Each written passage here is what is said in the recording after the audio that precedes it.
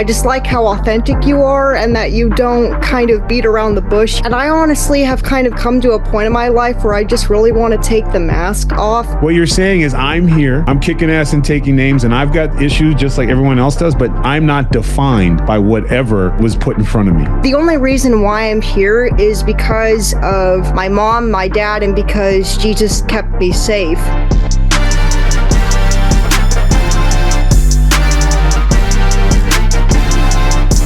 I'm just so impressed with you, and I love your story.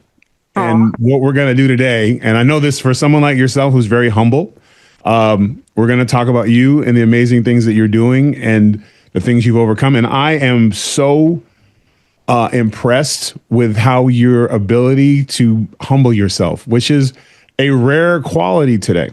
So again, for people just joining us, because we're recording live right now. Well, not live. Well, we're going to be live, but like we're live. You and me are live right now, but like, you know, it'll be almost live to them, but we're live right now. But yeah. So the incomparable Maddie Fragner, am I saying Fragner right? Is it Fragner? Yeah, sure. Mm-hmm. Okay, cool. Because I am notorious for butchering up names. Yes. Age 19, you are a baby. Age 19, wheelchair-bound young lady with physical disability of cerebral palsy from birth, who has spent her life trying to overcome life's obstacles in order to achieve her best possible future. What a opening statement. Yeah. So what? Now, the reason you and I, we have a mutual teacher. Yeah. Chris Epting. He's my writing coach, and he's your writing coach. Yes. And you have classes with Chris. I do. Mm-hmm. So, and my name came up. Yeah. And I got to be honest, a 19-year-old, I don't want to say teenager because that's mean, but like no, it's not mean. It's fine. Okay. Because you're a teenager. I mean, it's, you know, you're not the big 20 yet. And I was like a young person in today's day and age, and you guys are so, you know, when my name came up and you said you were a fan, he had to be shocked a little bit. Well, I don't know what Chris thought, but I have been a fan of yours for quite a while. I watch you on The Five and Gutfeld, of course. I just like how authentic you are and that you don't kind of beat around the bush. You just say stuff like it is. And I honestly love that authenticity about you. And I honestly have kind of come to a point in my life where I just really want to take the mask off. Yes, people can see me as an overcoming spirit, but honestly, just life is hard in general. And not many people know that I kind of have a spicier side to myself, and I wish I could show that more often. But get out the Tabasco sauce, because we're going to get spicy in here today. Literally, that's my favorite condiment ever. I love it. It's really awesome. Now, I can't eat spicy food. I am the biggest wimp. Like I will, as far as spicy goes for me, is Italian food. Yeah, like that's as far as I can go. Now, I grew up in California, and I had to maneuver around jalapenos and hot sauce and taco sauce. I grew up before we moved to California, I grew up in the East Coast, so my taste buds, all our neighbors were Italian. So that's about as far as I went as far as like spicy. It was like lasagna. So I'm not very good. So what's your favorite spicy food? Oh boy, I really am obsessed with Japanese food. I'm kind of just like your normal teenager. I love anime and different kinds of stuff like that. And I'm obsessed with the food. I love wasabi and sushi and all that kind of stuff. So yeah. I love sushi, but I can't do wasabi. I got it. I love ginger. I will always order a pile of ginger. I got to like load the ginger up on my sushi. I love it. But if there is a scotch of wasabi on it, my face will turn bright red. My nose will start running, and I will knock over a small village to get water in my mouth. So I'm not as tough as you are when it comes to that. But when I hear you talk about taking the mask off, because that's just a powerful thing to say, because people don't know and one of the things we're going to talk about is you're a poet, you're a writer. So you're going to say adjective type things that you sound like a writer. You sound like a poet. Like you're the way you use your words is you paint a picture. So Yeah. I can see New York Times best-selling author in your future. So Thank you. so let's talk about that passion. What made you start to get into like writing poetry and stuff? Well, writing in general, kind of, it goes way, way back. When I was really little, my mom would always read kind of fairy tales to me, Brothers Grimm and all that kind of stuff, and different kids' books that I love, like Peter Rabbit, Beatrix Potter. And that just really kind of sparked my love for stories. And it kind of provided a relaxing kind of escape. And I just love the idea of different worlds. And I love stories. But kind of when I got into third grade specifically, I had this really amazing teacher who taught us critical thinking. She was super encouraging and she had us write all kinds of different things. And it was really in that grade that I got inspired to really want to be a writer. And I wrote a short story during that time. But around the time that I did that, my school had partnered up with this company called the Imagination Machine, where every student from every grade would enter like a story to this place. And one student from each grade would get their story selected and have the chance to have it played out live on stage for the entire school that this group would do. And without me knowing, my teacher submitted my story without permission. And it came to the day of the assembly where I was walking there with my friends and I saw my parents in the audience with a friend of ours. And I'm like, why are my parents here? And Wow.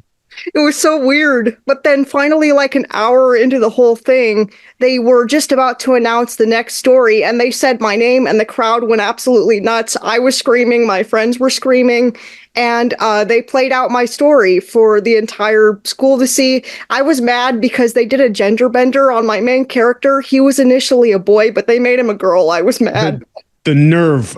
And you know what? Now that I know you watch, I'm going to work on my language. I think I might be... Because I get, sometimes I say bad words, but no, it's okay. You can do that. It's fine. Okay, if it's okay with you, haha, take that, America.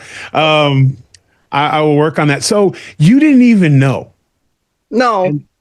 And then after that, is there any way I can get a chance to read that story? Because I actually, at some point, I'll have maybe send it to. I'd love to read it, or even maybe we could read it on if you come back on sometime. That was a story I wrote a long time ago, but now that I actually have self-published my first short story. That's a lot better. Yeah. I'm sorry. I'm a parent. I just want you to know I'm a parent, and I've got a 23-year-old, a 20-year-old. 3 14-year-olds and 11-year-old. Now, my 11-year-old is a published author like yourself, but my other ones, I don't know what they're doing. So, as a parent, when I see a young person just doing things, it's like this is what the American people need to see is like our kids who are kicking butt and taking names. And how does that feel to be? You're an author. Well, I couldn't have done this without the help of my mom and my parents because she was the one that helped me put the book together, and we have a graphic designer that helped. And I have the book right here if you want to see it. May I see it, please? Yes. Oh, wow. I see the anime influence and a little bit an angel called Rose. Oh, nice. Very nice. Yeah. And we'll have information to where people can order this book? Well, I'm just printing it out like at home. So it's a very, I hope your printer is ready. Well, I'm sure it will be. But so far I've gotten good feedback on it and it's really encouraging. So yeah. But hold the book up one more time just so we can get a good look. And then have your mom send us a picture and where people information where they can order it. And no problem. An angel called Rose, right? Mm-hmm. Is that right? Yes. Awesome. So tell us a little bit about what the book is about. Well, it's kind of a biblical allegory. My favorite things to write about are romances and biblical allegory, fairy tale, fantasy, that kind of stuff. This book essentially, I got inspired to write it because I really love Jesus as a whole. And this story kind of, it encapsulates the idea that no matter where we are in our lives, like no matter what tragedy we face, like God can turn it around for good and make it better than what we can initially imagine, you know? So, but this is just a really special story that I actually wrote it for my mom for her birthday. But then kind of when she wrote it, when she read it, she was like, we need to like get this to other people, just like they need to hear this. So, and that's just kind of how it started. And kind of, I originally got inspired to write this story because have you ever heard of this short story called The Littlest Angel by Charles Tazwell? Yes, I've heard of it. Yes, ma'am. Yeah, so I found that in like a bookstore, actually at the same library that Chris teaches the class in person. I went into the bookstore that they had, and they had an original first edition copy of that story. And I heard so much about it that I got it and I read it. I started crying, and I honestly could see myself in the main character so much that I decided to kind of create my own spin-off of it. Nice. So, yeah. So I noticed in the cover you have an anime influence. Now, my favorite anime is Dragon Ball Z. All things Dragon Ball Z. I believe that I was Piccolo in another life, but also there's a part of me that could be very Nappa-ish. But and I actually wrote a graphic novel, a comic book. Cool. Yeah. So actually, maybe you could help me out because you know what? I have not got, I don't know if you can see this or not, but I have not got a review for this yet. Okay. And if my people were to send my graphic novel, and it's classic, and if you would be willing to write me a review, I would really appreciate that. That would be awesome. But be brutally honest. If you don't like it, it's okay. That's okay. I can't be better. I can take criticism. Honestly, but you're gonna love it. Right now, I'm really obsessed with the classic anime Sailor Moon. Okay, I remember that. That's my favorite right now. So I just kind of love the romance, the action, and I guess I love the main character as a whole because she cries, she doubts herself, but it's her friends and her love interest that just keeps her going. And I honestly see myself in her because I really wish to aspire to be like her one day. But yeah. And this is the power of reading. And this is what happens when you read books. You escape and your mind becomes like a canvas. And I think reading books is more valuable than watching a movie, because the movie, they're telling you what to see and how to interpret. A book, you go off in you make your own movie. Yeah. Like your characters look different. Like, for example, one of my favorite books, Animal Farm. It's one of mine. What? It's one of my favorite novels ever. Okay. Let's say our favorite character at the same time. All right, ready? 1, 2, 3. Boxer. Boxer is mine too, actually. And then I forget what's the donkey's name, actually? Oh, the one who just doubts everything? Yeah. Oh. Actually, also, my second favorite character is Molly, actually. She's a prima donna. Molly and her obsession with sugar, and she bailed out on everyone because the man offered her ribbons. I love prima donna characters. And the donkey's name was Benjamin. Right, yes. I liked Boxer, and Napoleon, I was like, this dude, he's something else. But that book, even though it was written in, 1942? Yeah. Some crazy it's so prevalent today. And and it's funny how history always repeats itself, but you don't know it if you don't read it. Yeah, exactly. I mean, I read that story in high school just a few years ago, and I just found it to be really kind of interesting. And I mean, it was like a darker version of Charlotte's Web, and I honestly liked it. Yeah. It taught a very valuable lesson, and I love stories where like the author personifies animals, like in the Chronicles of Narnia. I love that book series.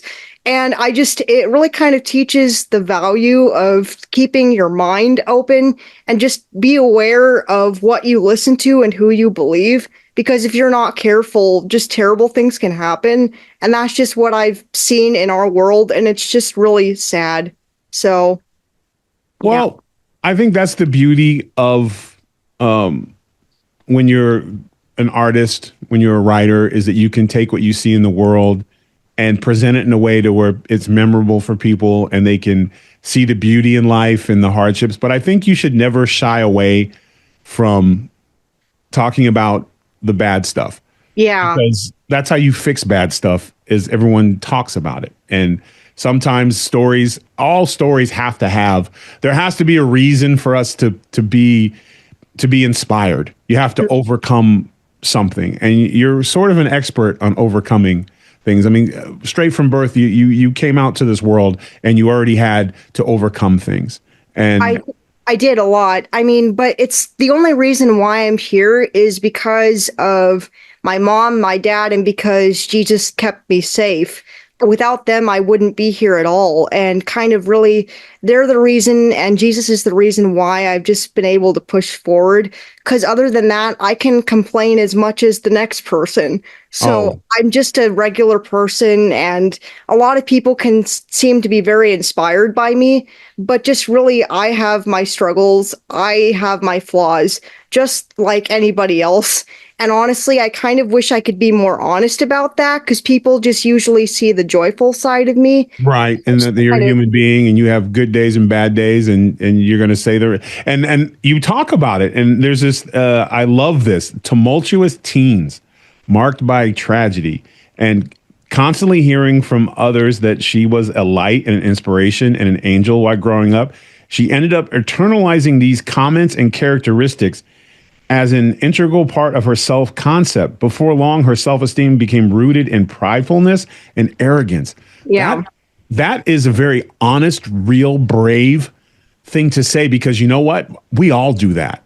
yeah. I And being able to recognize that is very powerful. So, was there a moment where you were like, hey, I don't like the way I'm acting? Or was there a specific I mean, moment? kind of like when I was younger, even when I was joyful on the outside, I knew deep down that I was very flawed, but I didn't like to admit it. But then kind of when I got into puberty and all this other kinds of stuff, and when my grandparents died and I really started to lose my sense of self, that's when I started to really kind of have to face the horrible fact that I was terribly flawed. I wasn't the nicest person on the block as people claimed. And it's like I just felt so tired of living a lie. And frankly, I hate that. Yeah, I don't It like, is it is tough, and I can relate to that because people see me on TV and they always think that I'm funny or in a good mood. But yeah, I'm a dad, and I'm juggling careers, and I don't get to see my family because I live in Florida. I work in New York. That means I spend most of my times in sleeping in hotel rooms, and so there's days that you're just like, ugh. yeah. But people expect it turned on. They expect you to be always glowing and happy and things like that. And there's a moment where you're just like, look, I'm a real human. I have bad days like everyone else. I get put on hold on the telephone like everybody else and yell at customer service. So how was it that, because recognizing that's not easy. When, like I said, was there it was just the constant high expectations was just It, became too constant much? the constant high expectations, like when you hit puberty and all that kind of emotional complications and growth and change, it hit me really hard, especially when I'm disabled. That also affected my disability too. And I'm like, I used to walk in a walker, but now I have to do a power wheelchair because I can't even stand up like that anymore. So that was, and also COVID was a nightmare, and like that kept us all shut in for like a few years. So I didn't have enough exercise and all that. So that was just crazy. And I just kind of, I didn't like, it got to the point where I just like was in the pits and I felt like I wasn't good enough. But really, it was, like kind of over time, like in ninth grade specifically, I actually watched the 1968 movie Romeo and Juliet and read the Mhm. play by Shakespeare. And it was through that piece of work that kind of Jesus really started to speak to me. And I could kind of hear him through Romeo, the character. And I started to fall in love with him. So it was a combination of that and plus the right people at the right time, my mom and the right people who could help me, that I was just able to get saved and just come back to how I was before, in a sense. So yeah, um, that's just So for you, what keeps you so grounded is you have a strong family and your deep faith. Those yeah. are your superpowers that you rely on to kind of navigate through this weird world that we live in. Yeah, and I also kind of lean into what I love. I love certain movies, I love certain stories. I love to write as well. And kind of to honor my grandparents who passed away, I actually did a backstory. I started doing a backstory to Romeo and Juliet that was kind of Oh, my own Lord of the Rings. And oh, nice. two of the main characters in there were based off of my grandparents and how they met in real life. And I mean, the story itself, I don't think will ever be finished because there are just some things that I would like to forget. And kind of back when I was writing that thing, there was a lot of pain going through me. And I don't think I would want to revisit that. But there are certain scenes in there that I hold very dearly. And there's one scene in particular that I would actually like to change into a manga strip one day if I found the right person to do the illustrations of my characters. But I mean, kind of that story was important because kind of God was speaking to me through those words and revealed his heart to me through the characters. And that's why I'm obsessed with them. And I shared that scene with a friend of mine and she was obsessed with the male lead and I was so happy. But it kind of allowed me to have a springboard to write kind of different things. And I've also recently become obsessed with like Greek mythology. I love There's some good stuff in Greek mythology. There's some yeah, good monsters in there. yeah. I myself, sometimes people say I look like I came out of something from Greek mythology, and I take it as a compliment. Yeah, I mean, like, I just love the whole concept of Greek mythology as a whole because the gods are a lot like superheroes, but at the end of the day, they're people that are very flawed. And in a way, they're kind of relatable. And honestly, my favorite character goddess is Aphrodite. I just kind of love how, like, one moment I'm sensing a trend where you really like romance. I do. Yes, you're like, what's your favorite? I guess my favorite romance movie would be The Princess Bride. That to me is that's a classic. I think that's a classic. So I'm a movie buff. I will watch movies anytime. I love the older the movie, the better. So let's go through. Okay, so what would you give me? Top three Okay. best romantic movies or Okay. comedies So let me see. for My you. favorite, of course, is the 1968 Romeo and Juliet, directed by Franco Zeffirelli. That Okay, movie is a very special place in my heart because that was the literal movie that God used to bring me out of the dark.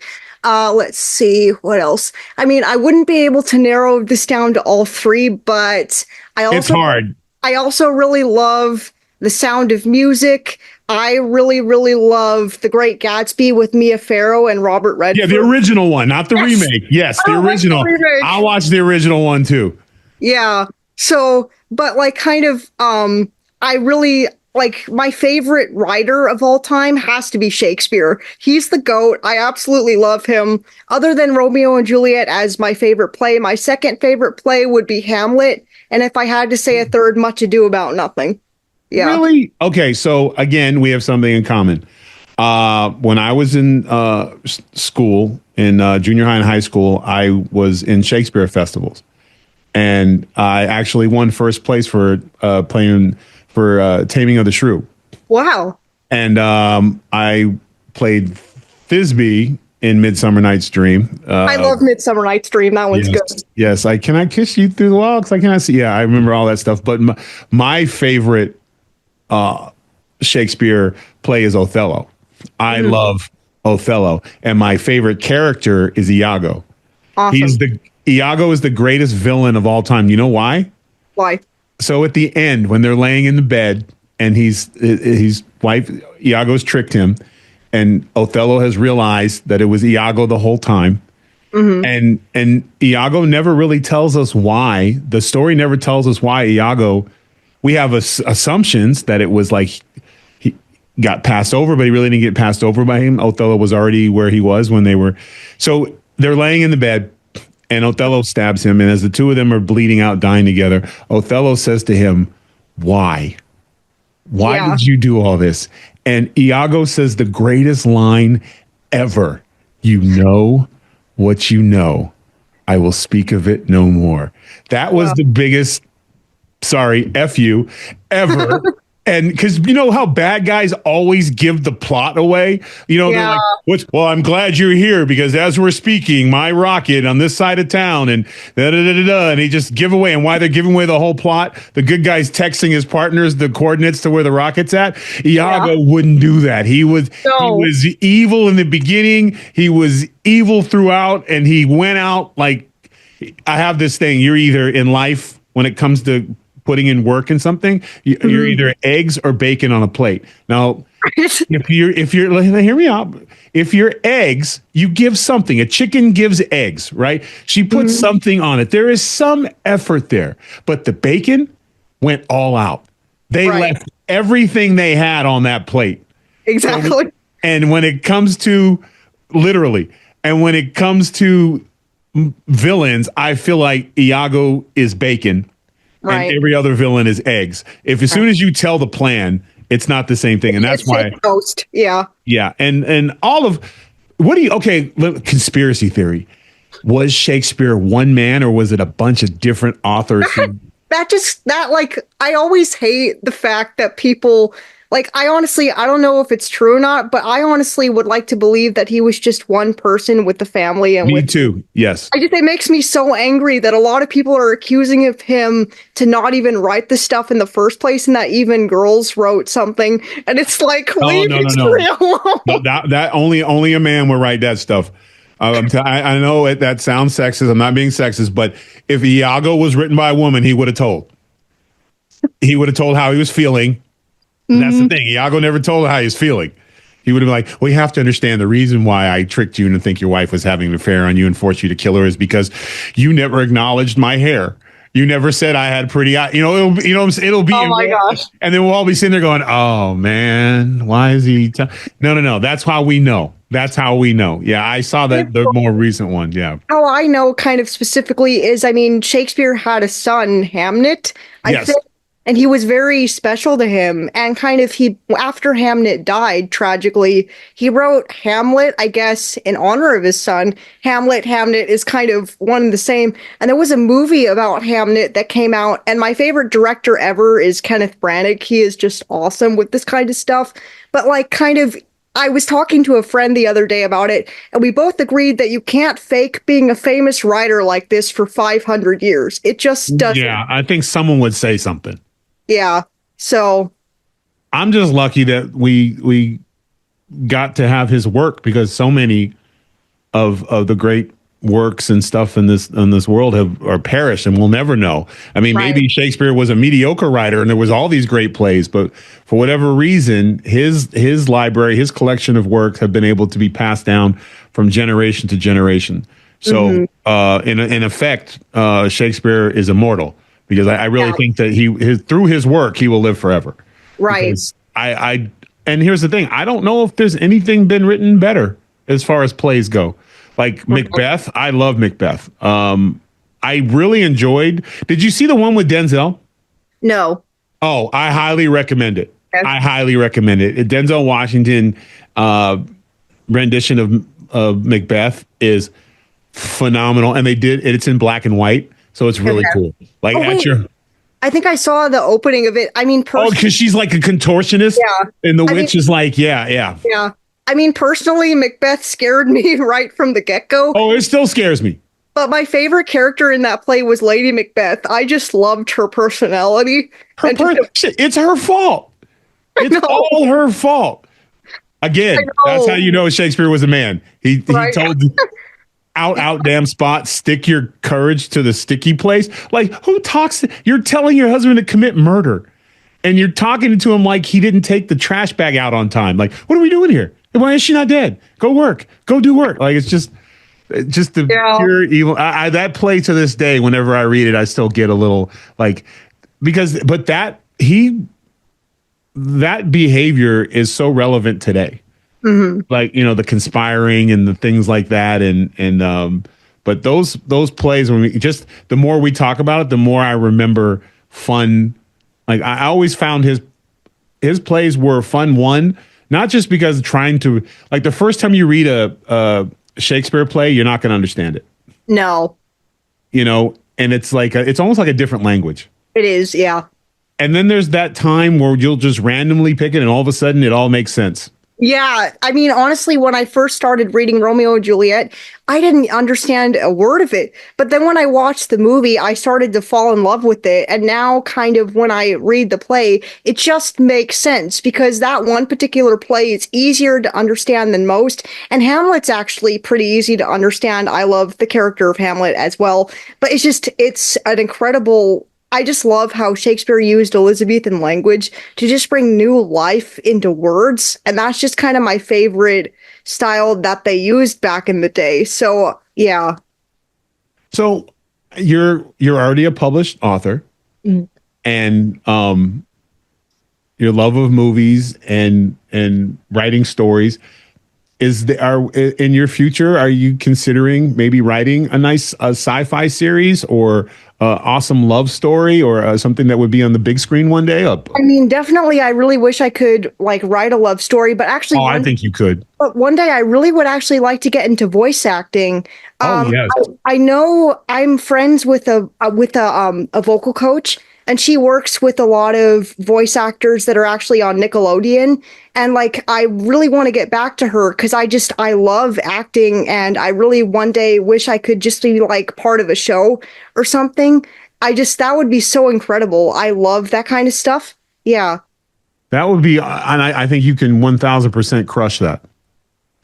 Yeah. Especially like, and because anytime you, here's the beautiful thing about entertainment. And I've been told no more times than yes. Like, and I know it's like, oh, I see you on TV and you see all this stuff. But for like, even when I first wrote my books, they didn't think I was smart enough. That's what, I mean, Chris kind of mentioned, but I thought that was really sad. Yeah. That's not fair. No, it's life. They Yeah. looked at me, they judged me, and they said, you have to have a ghostwriter. And I don't want, who can talk like me? Who can tell my story? Yeah. Like, really? You want to hear some guy, I'm Tyrus and I'm 6 foot, no one's going to believe that. And this morning I woke up and I was just miffed, like that doesn't sound like me. But they slammed the door in my face, said, nope, and I ran into Chris by chance. And he believed in me, and he was like, no, I think you could. And, when my book came out and their book came out, my book destroyed their book, all their books, actually. And then, of course, afterwards, all of a sudden, oh, he is smart. But we all kind of carry, people have judgments and and stereotypes, and they think of us a certain way. And I think it's good to know it's out there. Mm-hmm. I think it's good to understand that you might get judged that way. Yeah. So when it happens, you're prepared for it and understand that sometimes when those opportunities, because I could have quit, they're like, no, we don't think you can write a book. So I could have said, okay, one said no, so I will never write a book and just forget about it. But I took their no as fuel. That failure, because it was a failure. They said, we don't think you're good enough. No, thank you. But I took that pain and embarrassment because when you write something, in a lot of ways, it's you. It's like an extension of you. It's like your baby, and you're handing it to somebody, and they're holding something that you created and nurtured and dreamed about, and they look at it and they go, I don't know. Oh. That hurts. It really does. It does hurt. And you want to say things like, give me back my paper, you jackass. Like, you don't know what you're talking about. You have no clue. You're no Daisy at all. And then, and it does hurt. But then once you get past that initial hurt, this is when special people do their thing. And you will relate to this because you're a special person. You took that pain and you turned it into soil, and you put your little idea in, and it grew, and you did it yourself. Yeah. And it feels great when you overcome something, and while you're doing it yourself, a new door opens. Right. And I think you have been exemplary in showing that.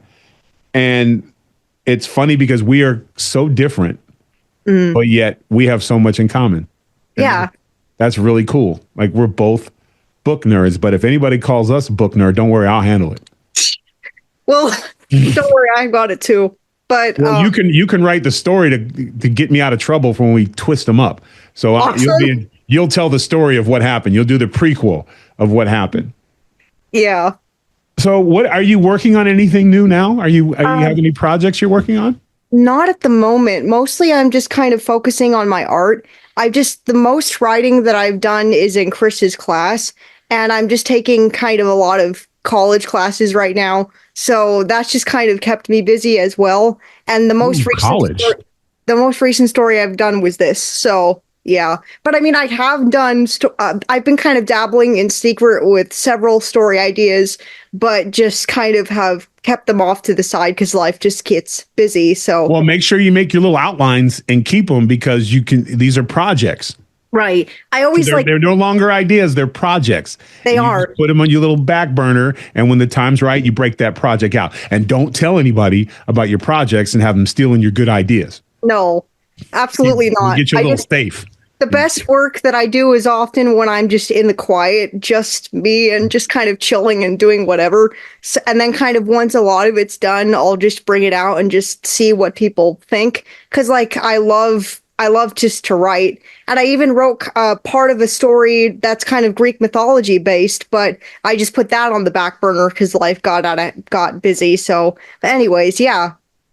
Because what I like to do, I don't I love fish tanks. I'm an animal junkie, and we're going to talk about because we have something else in common. We both love a certain four-legged animal. Cats. Cat, a little bigger. Oh, okay. Horses. Yeah. Yes, yes. I have three horses Awesome. and a lease, but and my youngest daughter Georgie, she jumps horses. So, Right. but I've always had Black Stallion is one of my favorite movies of all time. I've never seen that, but I've heard so many Another good. homework assignment. Oh, So you've got two. You're writing a review for my comic book. You're promising to watch the movies that the Macbeth and the Black Stallion. okay. Now the ending of Black Stallion is one of the greatest endings of all time in movies. It's one of my favorite. It's one of my favorite movies. Now I'm just going to tell you, when I was little, it's one of the first movies I ever went to. My grandmother, who I didn't get a lot of time with in life, took me to see a movie, and she took me to see the Black Stallion. And I still remember sitting in the movie theater with her, the popcorn I had, and I thought it was the greatest thing I ever saw in my life. And it's my favorite movie. Absolute Wow. all-time favorite movie. I think you will. It's inspiring. So you might watch it, and the next thing you know, come up with another one of your projects because Right. you're really going to enjoy it. A horse movie that I really loved was the Black Beauty live action one. It came out in the 90s or something. That Oh, I've one seen was it. so incredibly good. I love it. And then there's some old classics like Flicker. There was Misty of Chincoteague, that one. Yep. And then I think there's the Disney has like some old horse movies. And there's this one about this red stallion that no one could catch. And like, I think Flicker was maybe it was like but there's a lot of like cool books and stuff about horses over time. And like I said, me and my daughter, we wrote the, but I'll have to send you that and have you take a look at it and see what I you have think. the book actually. Oh, It you was do? You have the book? You have Yeah. Georgie and her great Great horse Horse adventures? It was Yes. so amazing. Oh, thank you. Did you read it? Yeah, I did. It was Okay. really wonderful. Would you please give me a review? I'll have my hands crossed and I will take your criticism. I'm ready. There's no criticism. In fact, I thought it was kind of a wonderful story. I love the art, especially. I thought it was amazing that Georgie was the main character and kind of, I could relate to many parts of it too, where she kind of developed a relationship with several of the horses, but then she had to keep moving on. And that especially was kind of hard for me in the past because I've often gotten attached to horses and people, and just kind of when they leave, it's heart-wrenching. But like, I love horses, and that really kind of encapsulated that for me as well. I just thought you did a really incredible job, and I look forward to seeing your next one. So, yeah. A lot. Thank you for that. One of the things in writing a book like that, I just remember, and a lot of the books that we share, like Charlotte's Web, Where the Red Fern Grows. That's one of my all-time favorites. If you haven't read Where the Red Fern Grows, I highly Big Dan and Little Ann, you're gonna cry. But all of those books, Charlotte's Web, Animal Farm, Where the Red Fern Grows, Old Yeller, all these books always had the same thing. The reason why I remember them is because I cried reading them at one point when Charlotte says goodbye to Yeah. Wilbur. I cried. Yeah. Yeah. Even Templeton couldn't make it better. And I love Templeton though. He's yeah, awesome. his little love affair with foods. And then the same thing and I won't spoiler alert, I won't ruin I cried the most with Boxer because I was yelling at the book for him to get out of the wagon. That's like I did the exact same thing. Yes, I was like, Boxer, no. And Benjamin was like, no, you idiot. Because Boxer never learned the rule because he was too trusting. Yeah. And I get sad. And I recently got the book and reread it. I got Animal Farm and reread it. And I read it in the airport. I think I had a 2-hour layover and 2-hour flights or whatever. But when I was getting off the plane, I had finished it. And awesome. I was still like a little choked up when the part, because I knew it was, I think it was funny because when you read something again for the second time or third all time, these kinds of stuff back. And you're like, as you start turning the pages, you're like, oh no. Here it comes. The chapters. Yeah. And then maybe he changed it. Maybe they changed it. Maybe he's okay. And he wasn't okay. He never got off the cart. Yeah. And I remember making up my own story. Like, actually, it wasn't a glue factory he was going to. It was actually he went to the same place that the other horse that escaped went to, and he's living up his best life. And I just remember the teacher putting a C on my paper, going, "No, that's not what happened." I mean, I did that exact same thing to one of my Greek mythology myths that I absolutely loved, Apollo and Daphne. I was so mad when Apollo didn't get the girl of his dreams that I was like, you know what? I'm going to change this. And I wrote like a 23-page rewrite of when she actually fell in love with him. And it was like, finally, I wanted to get my way with that. It was very special. So I've done. That's a beautiful thing about when you have an amazing creative mind.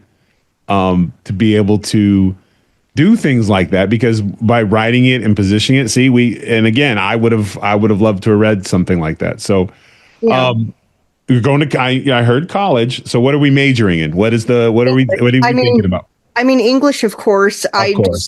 I really want to get into writing. I mean, maybe in the future I would consider theater, maybe, but I'm not quite sure. Like, all I know for certain is that I want to be a writer, and I've got a bunch of other ideas that I love. I also really love art as well, like kind of those white marble sculptures that you would see at Hearst Castle. Hearst Castle is literally one of my favorite places to go in the world.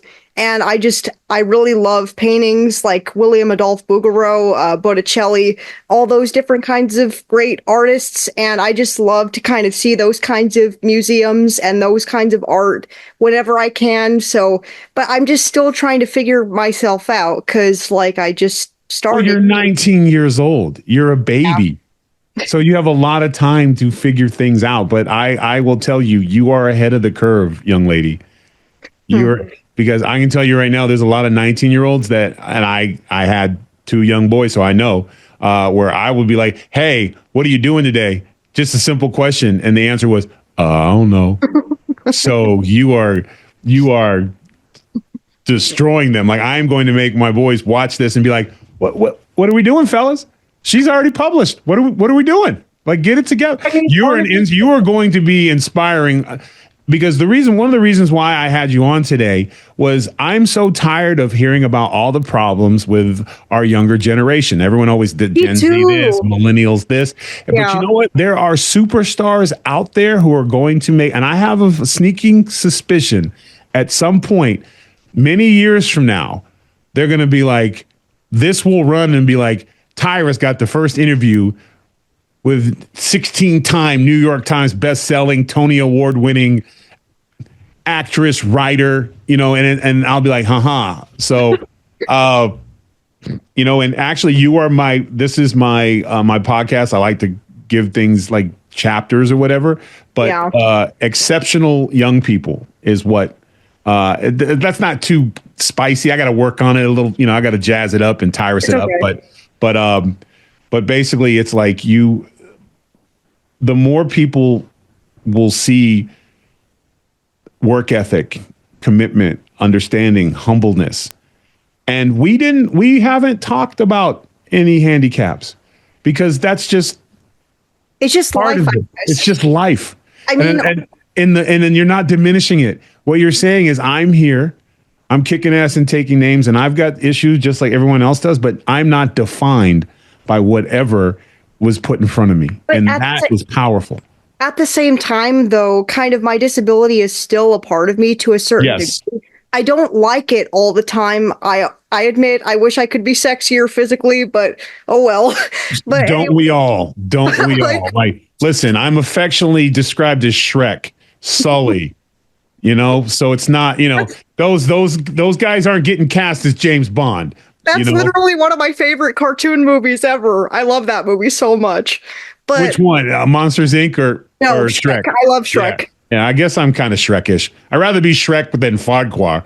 I mean, I guess Gutfeld's Farquhar, but well, no, that would make Cat the donkey. Okay, I've got to rethink this, but basically the same premise. But yeah, I just it's very interesting and exciting to interview someone who is so accomplished and so young. Well, I'm honored to be here. I mean, this is the honor is all mine. this is legit my first podcast ever. I've interviewed like at least 2 authors before, but it was never like anything this big before. So I was absolutely shook. You absolutely are crushing it. Absolutely crushing it. Thank you. Like you were you might have to think about maybe a podcast might be in your future. I think you'd be great at interviewing people. Maybe. And talking to fellow artists and writers and stuff. Bring Chris on there and ask him the tough questions. Like, how many pluses are going on your A's in class? That's what I want to know. 4 or 5. Well, I mean, maybe one day, but like, I'm just going to take it one step at a time, I suppose. But you sound so professional. Like, that's the greatest. One step at a time. We'll do it. I'll put it in the hands of God and just let things fall where they may. That answer right there, you can, whether you're a president, an NFL player, or a writer, is the greatest answer you can ever give anyone. Yeah. Well, this has been absolutely amazing. And oh wait, you didn't tell. What's our major? You said English, but like, what's the goal? Because you know what, young lady, I have to say this. Mm-hmm. Chasing amazing things like writing and anime and voiceover stuff, we got to have a ground game. We got to have, like, for me, I have my teaching degree, which means if all this fancy TV stuff went away, you would see me in a classroom. Hopefully, I don't think they have chalkboards anymore, but you have a dry erase board, or probably a laptop or whatever. But I could go teach and coach football. So I have to, because we've been talking about the amazing things you do as a writer. Is there a ground game, like an English teacher or a professor, or is there anything that is just in terms of just between your greatness, just the A and B? I always say plan B, the ground game. I mean, like, an author would be the first choice. Voice actress, I think, would be the second. And I'm not quite sure after that. I do a bit of art on the side, but that's just something small that I do. But that would be kind of it so far. I mean, more could be added. But honestly, like, people have told me, like, you should be a teacher. And I honestly hate the idea of that because I don't want to deal with snobby kids and grade and all that. So, I know. Trust me, I know. And you know what? And that's okay, because over time you'll see where you're at. But I think you'd be an amazing teacher because you have great patience. But you know what? If it's not in your wheelhouse, it's not in your wheelhouse, because kids are, especially other people's kids. Yeah. Can be really, it's not, I always say this, I say, look, I don't have a problem with children. I just have a problem with other people's children, because sometimes they, because you can't, it's not the kid's fault when they're acting that way. They're only acting how mom and dad let them act. Right. So, which can be in the school setting is just absolutely insane. So, okay, but we've got a good game plan, and you're already a published author anyway, so we're already checking some boxes, and we'll put up to where if anybody wants to purchase the book, where they can order it from. And also, I wanted to say that as well. I work with a hotel in Paso Robles that's kind of one step down from Hearst Castle. It's really fancy and luxurious. And for now, I'm kind of their small artist in residence there. Oh, you already have you have a residency as an artist? I mean, kind of. I have one of my art, like two of my art pieces that are in their hotel right now. So it's. Hold on. I'm sorry. And also, So I've been misled because I was under the impression I was talking to an author. I didn't know I was talking to a published author and artist. I mean, like kind of like when I was 11 years old, many years ago, I like made like a small sculpture for my own purposes. And like on vacation, my family went to this hotel just for a vacation and I brought it with me for something. And then somehow I met the owner and he's like, "Hey, could you put this here? Could we keep it?" And like, it just has been there ever since. And I'm honored to have it there. Can we get a picture so the people at home, because when we edit this, you don't have to have your mom send us some photos and stuff of because that would plus the book too. So when when you and I are talking, when it goes to my face, they would rather see like the cover of the book or, the art thing. So people that are going to watch this can also see the coolness of what you do. We can do that. And also, I have a second vignette there of a second drawing, a copy of a famous painting that I've done. And also, I've written a poem about the place that it's at. So those are some other things I have stationed there too. So we can get copies of all that stuff so the people at home can see it. Mm-hmm. And they can go to see your amazing artwork and just to see the hotel in general, because it's absolutely magical there. I love it. And what's the name of the hotel again? It's called the Allegretto Vineyard Resort. It's in Paso Robles, and it's just absolutely insane. It's like you're walking onto a palace grounds. It's very sacred. And you know how to give a plug? This is amazing. You are on your way. There is no way I could have done all this in my first interview. I would have been saying and am and and be like, huh, what do you say? At 19, I would have completely ruined it.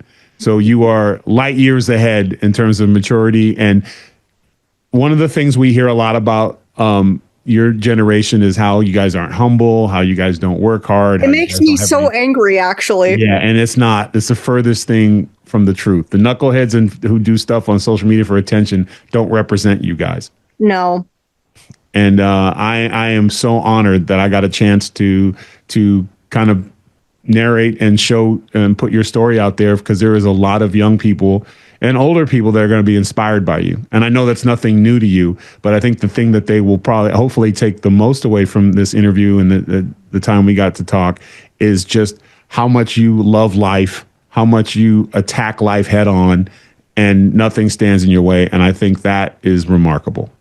Well, thank you. And it's been an honor to be here, and you're awesome. I love this. This was awesome. Thank you. Well, thank you so much. And would you please consider coming back to do, I'm going to send you my books to do a book review. Yes. Sure. Yeah. So I will get this stuff. Our people will get in touch with your family. Or actually, you know what? Chris can bring it right to you at class, and he better, because I know he has copies of everything, little greedy troll. And I'll have him bring, everything, and then you could give me a review and we could do another podcast together if you and your family are interested. This was awesome. I totally do this again.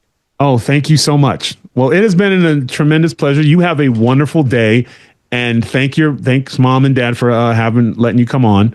No problem. And hopefully we can do this again soon. And thank you for being a fan.